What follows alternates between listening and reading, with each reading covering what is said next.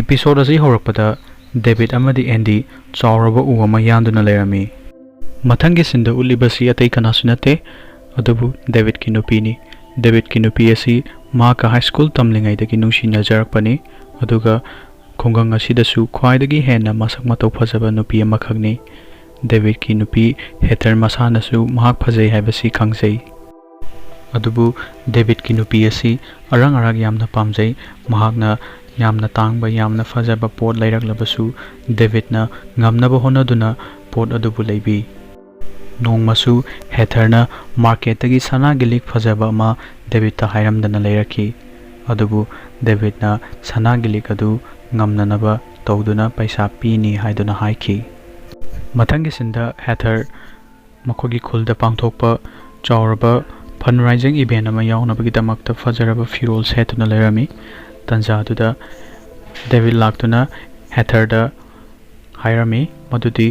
Heather ngasi asi Andy bani u ama kakkadabani adubu Andy di masa ngamdre haiduna phone da hairaklami aduna yaragadi nanga loinana ibani u adu yalusi ai thanda yalabadi yamna kuiragani u adu yamna chawbusu nate aduna ibani na yanminarabadi thabagasi yamna thuragani haiduna David na mahaki nupi da hairami. Heather di mahakti firol su nana selabanina ahanbadadi chaninglamde adubu mapuroibana haijarabadudha Heather su mapuroibagi mateng pangnabidamakta mabani u yanba horaklami. David na u yana mahaki nupida thori adu khara fajana painaba hairami. Matam aduda Heather na su sorry haina hairaga thori adu semlami. Thori adu khara tinghallaga chingthorokpa matamda u masama chama thori aduda yetki. Mato sumna u adu yanba losilakadore. U adu makhong khajikakta ngairakle kelakadoba. Sumna u adu kelakpa matamdadi Heather na u adu atopa side amada thori ki mateng na chingnaba honabada ngasai pangiba usa mateng aduna chingba yaramde. Asumna u aduna direct Heather ki masa maktada thomsilamki. Asumna yenglaba matamdadi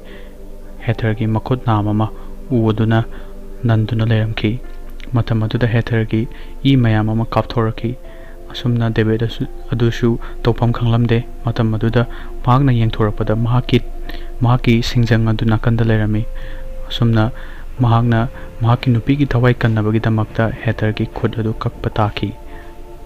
Asumna Heather ki khut adu mahaki mapuroiba David na kakki. Masigi matung tarakpada Heather mahaki khudang adu yauramdre.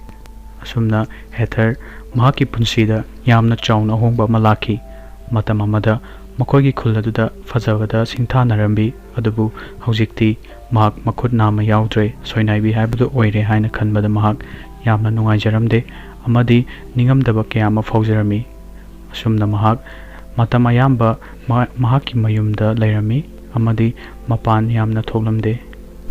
Adubu David na magi nupi nungsijabadi hanadagi tajaramde. Mahaki nupi makhut yaujadrabasu mahaki angamba tawduna yotki khut ama mahaki nupi gidamakta pibirami adubu Heather nadi mahakna piriba khut adu pamlamde. Mahakna pamdaba adu ubada David na nungaijaramde. Asumna atopa senamada Heather dukan namadagi pot leiraga thorakpada mahaki makhutagi pot sing adu taki. Matam aduda mahaki mamangda leramba angang anina mahakpu tukachana yamna tonganba midyeng amada yengduna leiba adu Heather na urami amadi Heather na su nungaijaramde. Asumna Heather na mayum yoraga madugi numidang aduda yamna kapchaki. David na su mahaki nupi na kapliba adu khangjarami. Asumna ahing adu hokre nongalakpa matamda Heather na hogolakpadadi phamung aduda David leiramde. Asumna Heather na David thirakpa matamda makogi warehouse ta David adu lerami. Heather na changlaga yengluba matamdadi David ki computer da khut ama David na design tawduna lerami. Matam aduda Heather na hariba khut asi nang saba ngamgadra haina hanglami. Matam aduda David na ngamgani haina hairami.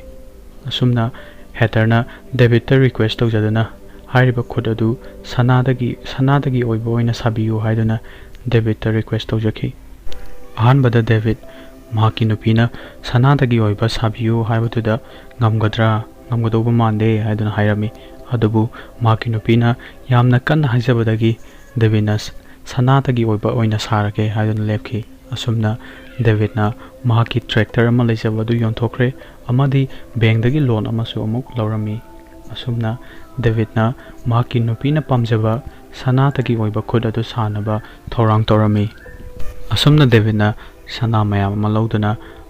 ꯃꯍꯤ ꯂꯥꯡꯊꯣꯛꯍꯟꯗꯨꯅ ꯃꯍꯥꯛꯀꯤ ꯅꯨꯄꯤꯒꯤ ꯈꯨꯠ ꯑꯗꯨ ꯁꯥꯕꯤꯔꯝꯈꯤ꯫ ꯃꯇꯝ ꯑꯗꯨꯗꯒꯤ ꯃꯍꯥꯛꯀꯤ ꯅꯨꯄꯤꯅ ꯌꯥꯝꯅ ꯍꯔꯥꯎꯖꯔꯝꯃꯤ ꯑꯗꯨꯒ ꯃꯍꯥꯛꯀꯤ ꯍꯥꯟꯅꯒꯤ ꯄꯨꯟꯁꯤ ꯑꯗꯨꯗꯒꯤ ꯍꯦꯟꯅ ꯅꯨꯡꯉꯥꯏꯕ ꯄꯨꯟꯁꯤ, ꯃꯌꯥꯝꯅ ꯔꯦꯁꯄꯦꯛ ꯇꯧꯕ ꯄꯨꯟꯁꯤ ꯑꯃꯗꯨ ꯑꯣꯏꯔꯛꯈꯤ꯫ ꯃꯁꯤꯒꯤ ꯃꯇꯨꯡ ꯇꯥꯔꯛꯄꯗ ꯍꯦꯊꯔ ꯕꯖꯥꯔ ꯑꯃꯗ ꯂꯩꯔꯝꯃꯤ꯫ ꯃꯍꯥꯛꯅ ꯂꯩꯔꯤꯉꯩ ꯇꯟꯖꯥ ꯑꯗꯨꯗ ꯑꯉꯥꯡ ꯅꯨꯄꯤ ꯃꯆꯥ ꯑꯃ ꯆꯪꯂꯛꯇꯨꯅ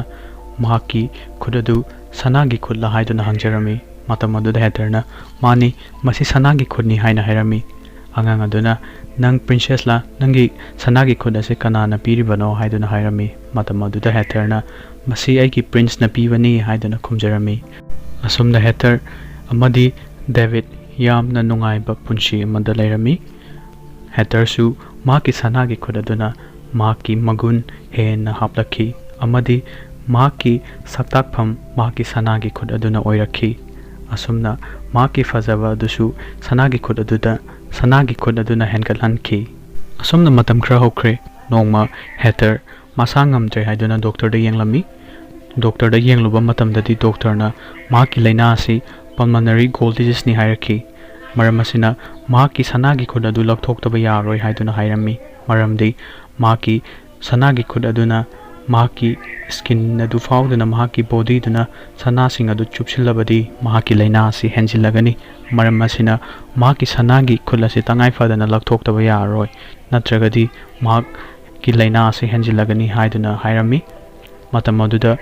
ꯍꯦꯊꯔꯅ ꯃꯍꯥꯛꯀꯤ ꯁꯅꯥꯒꯤ ꯈꯨꯠ ꯑꯁꯤꯗꯤ ꯂꯧꯊꯣꯛꯄ ꯉꯝꯃꯣꯏ ꯍꯥꯏꯗꯨꯅ ꯍꯥꯏꯈꯤ꯫ ꯗꯣꯛꯇꯔ ꯑꯗꯨꯅ ꯃꯍꯥꯛꯀꯤ ꯅꯨꯄꯥ ꯗꯦꯕꯤꯠꯇꯁꯨ ꯃꯍꯥꯛꯀꯤ ꯁꯅꯥꯒꯤ ꯈꯨꯠ ꯑꯁꯤ ꯂꯧꯊꯣꯛꯍꯟꯅꯕ ꯍꯥꯏꯈꯤ꯫ ꯃꯇꯝ ꯑꯗꯨꯗ ꯗꯦꯕꯤꯠꯅ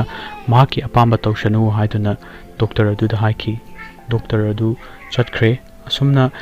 ꯍꯦꯊꯔꯒꯤ ꯑꯅꯥꯕꯗꯤ ꯅꯣꯡꯃ ꯅꯣꯡꯃꯒꯤ ꯍꯦꯟꯖꯤꯜꯂꯛꯈꯤ꯫ ꯅꯣꯡꯃ ꯑꯍꯤꯡ ꯑꯊꯦꯡꯕ ꯑꯃꯗ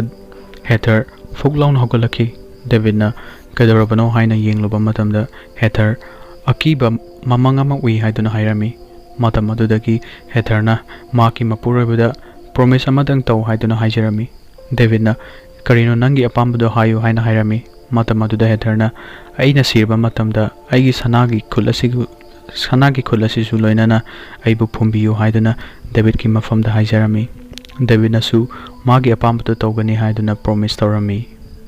ꯑꯁꯨꯝꯅ ꯑꯍꯤꯡ ꯑꯗꯨꯃꯛꯇꯗ ꯍꯦꯊꯔ ꯃꯍꯥꯛꯀꯤ ꯃꯄꯨꯔꯣꯏꯕꯒꯤ ꯃꯃꯥꯡꯗ ꯁꯤꯈꯤ꯫ ꯍꯦꯊꯔꯅ ꯄꯥꯝꯂꯝꯕ ꯃꯇꯨꯡ ꯏꯟꯅ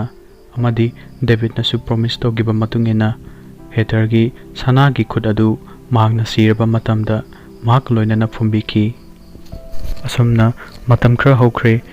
ꯗꯦꯕꯤꯠꯀꯤ ꯕꯤꯖꯤꯅꯦꯁ ꯑꯗꯨꯁꯨ ꯃꯥꯏ ꯄꯥꯛꯄ ꯍꯟꯊꯔꯛꯈꯤ ꯑꯃꯗꯤ ꯃꯍꯥꯛ ꯁꯦꯟꯊꯣꯜ ꯃꯌꯥꯝ ꯑꯗꯨꯅ ꯃꯊꯥ ꯁꯥꯔꯝꯃꯤ꯫ ꯑꯁꯨꯝꯅ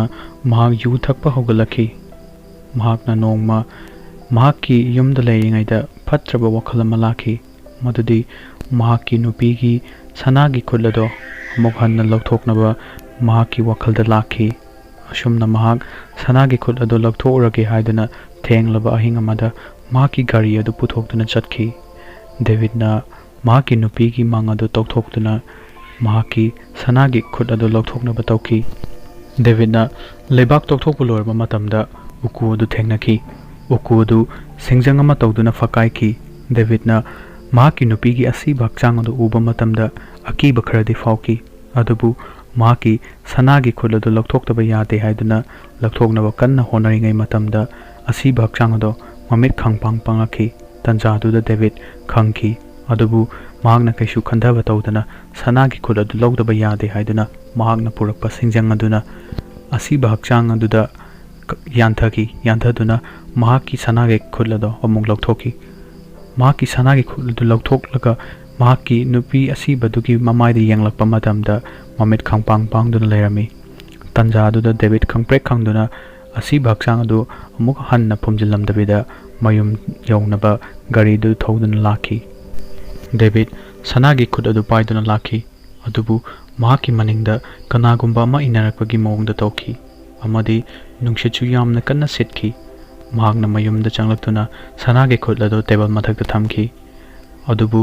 mahakki akoibada yamna akiba mawng mato amadi mi kapagi type ta yamna akiba thong ke ama David ta tahalami amadi David na mapan thoktuna yenglapa matamda nungshit yamna kanna silami asumna David kiraduna imungda changlami tanjaduda David ki faglangda yamna kanna maikai mari da thilaki odudagi David ki falangda thilamba mahaki nupi ki photo ado laimai da taki laimai da taraba matamda mahaki nupi adu singjang ama paiduna layame aduga photo amana mangonda khangyeng yenglaki matam aduda David kimanbadagi mahaki bedroom tana chensinki adubu David na mahaki thong aduda yengluba matamda kanagumba ma leibagi mawngda ure asumna thong adu khangang hangdoraki matam aduda David na mahaki sigraba nupi aduna singjang ama paiduna lagle haibase khangki modudagi David kimankhibadagi phamongda chongkhatuna laikhre tanjaduda Asiba chang aduna makhong kanna kanna thinduna laki aduga aigi sanagi khut ado kadaida laikhrage haiduna mahaki akiba khonjel amaga loinana hairaki matam aduda David kimanbadagi phajupna khumjinki Asiba chang aduna nangna promise thogiba natra haiduna akiba khonjel amaga loinana hairaki matam aduda David na kimankhibadagi sanagi khut ado lawrose haiduna piki asumna Asiba chang aduna sanagi khut adu lawkhre lawraba matamda hana toramba akiba khudingmak to phakre asumna David na kaishu toraboi ningduna mahaki phajubado hangdorakpa matamda Asiba chang aduna singjang ama paiduna khangpai paisilaktuna David ki mangsamda yanthaki asumna David siki nongalakpa matamda David amadi mahaki nupi hatred Asiba chang ado mahaki phamongda taduna leiramki police nasu matau karamna thogdog ado thokibano haiba khangba ngamlamde asumna loirakpada David ki nupi hatred su mahaki sanagi khul aduga loinana amuka hanna fomki amadi David su mahaki nupi gi hek nakanda fomki asumna episode asi matang sita losinjare soikiba yarabasu mayamna ngakpiu